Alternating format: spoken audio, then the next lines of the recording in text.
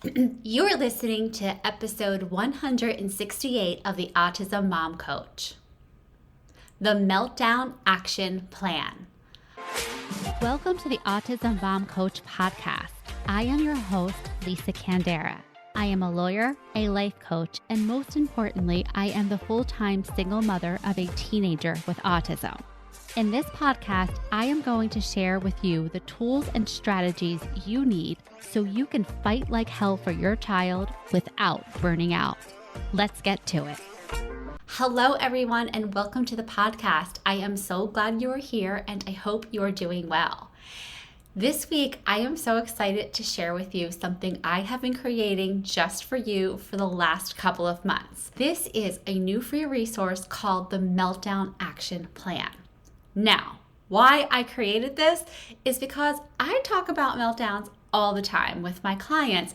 And one of the biggest issues that I find when clients first come to me is that they say, I have no idea what to do during a meltdown.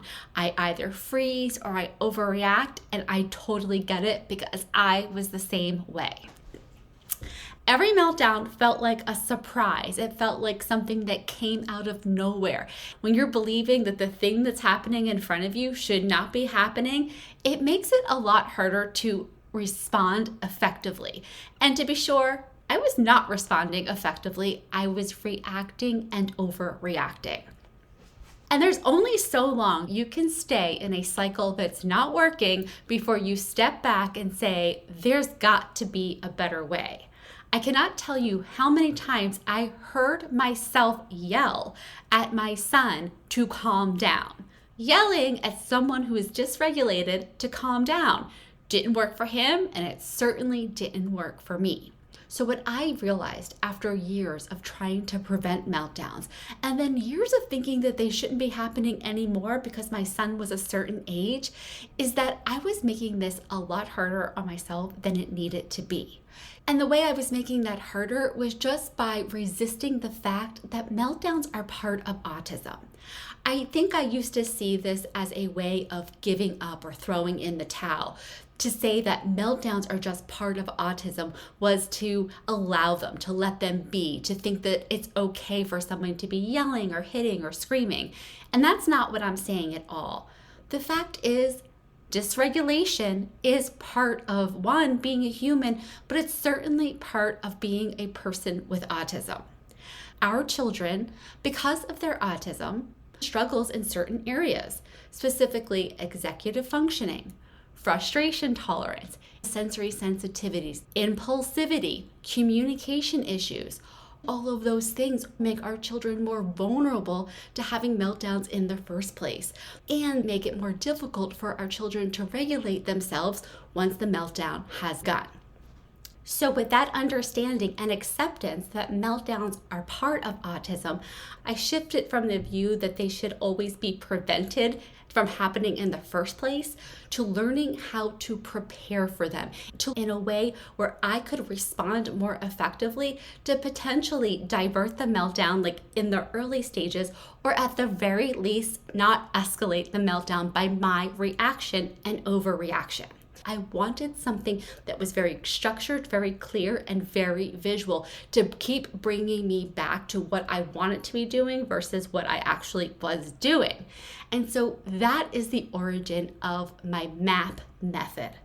MAP stands for Meltdown Action Plan. And it has 3 parts because I believe that the best way to deal with dysregulation and meltdowns is to have a robust plan. So that is what I have for you this week, a new resource that you can download right now. It's called the Autism Mom's Meltdown Action Plan.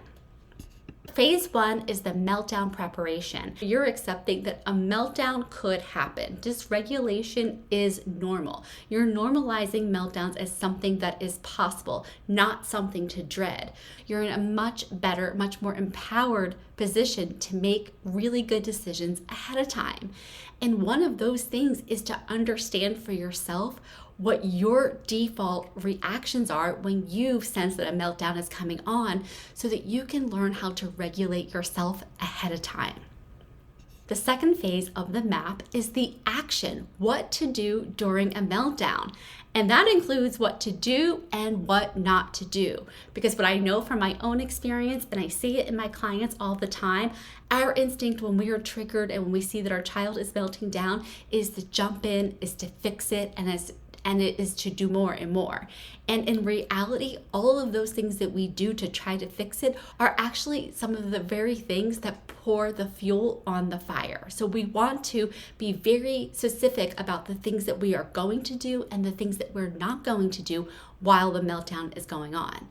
And then the final phase of the Meltdown Action Plan is the post-meltdown recovery. And this is so important. I hear this from parents all the time where it's post-meltdown and their child is fine, living their best life, and the parents are shell-shocked. Which is why it's really important for you to take the time after the meltdown has happened to recover on your own. When you combine all of these phases, you will be more prepared for meltdowns because one, you're not resisting them in the first place because we're normalizing them as something that is part of the autism parenting experience, and you will know exactly what to do and what not to do. So instead of freezing, instead of telling yourself that this shouldn't be happening, you can take action based on the plan that you've created for yourself when you are feeling safe, calm, and regulated. All right, everyone, to get your free Meltdown Action Plan, go to the show notes and click on the link. In this free resource, I talk about what a meltdown is and what it isn't, why meltdowns feel so intense for you and your child. I give you the 3 phases of the Meltdown Action Plan. I give you real-life samples of Meltdown Action Plans from my clients, and I give you worksheets so you can create your own Meltdown Action Plan for yourself. All right, everyone, go to the show notes, download the Meltdown Action Plan. If you want my one-on-one support creating your own Meltdown Action Plan and learning the tools and skills that will transform your autism parenting experience from frozen and afraid to calm and confident, this is your opportunity to work with me. You can go to the show notes right now and schedule your consultation. All right, everyone, have a great week, and I will talk to you next. Thanks for listening to the Autism Mom Coach. If you are ready to apply the principles you are learning in these episodes to your life, it is time to schedule a consultation call with me. Podcasts are great, but the ahas are fleeting. Real change comes from application and implementation, and this is exactly what we do in my one-on-one coaching program. To schedule your consultation, go to my website, theautismmomcoach.com, work with me, and take the first step to taking better care of yourself so that you can show up as the parent you want to be for your child with autism.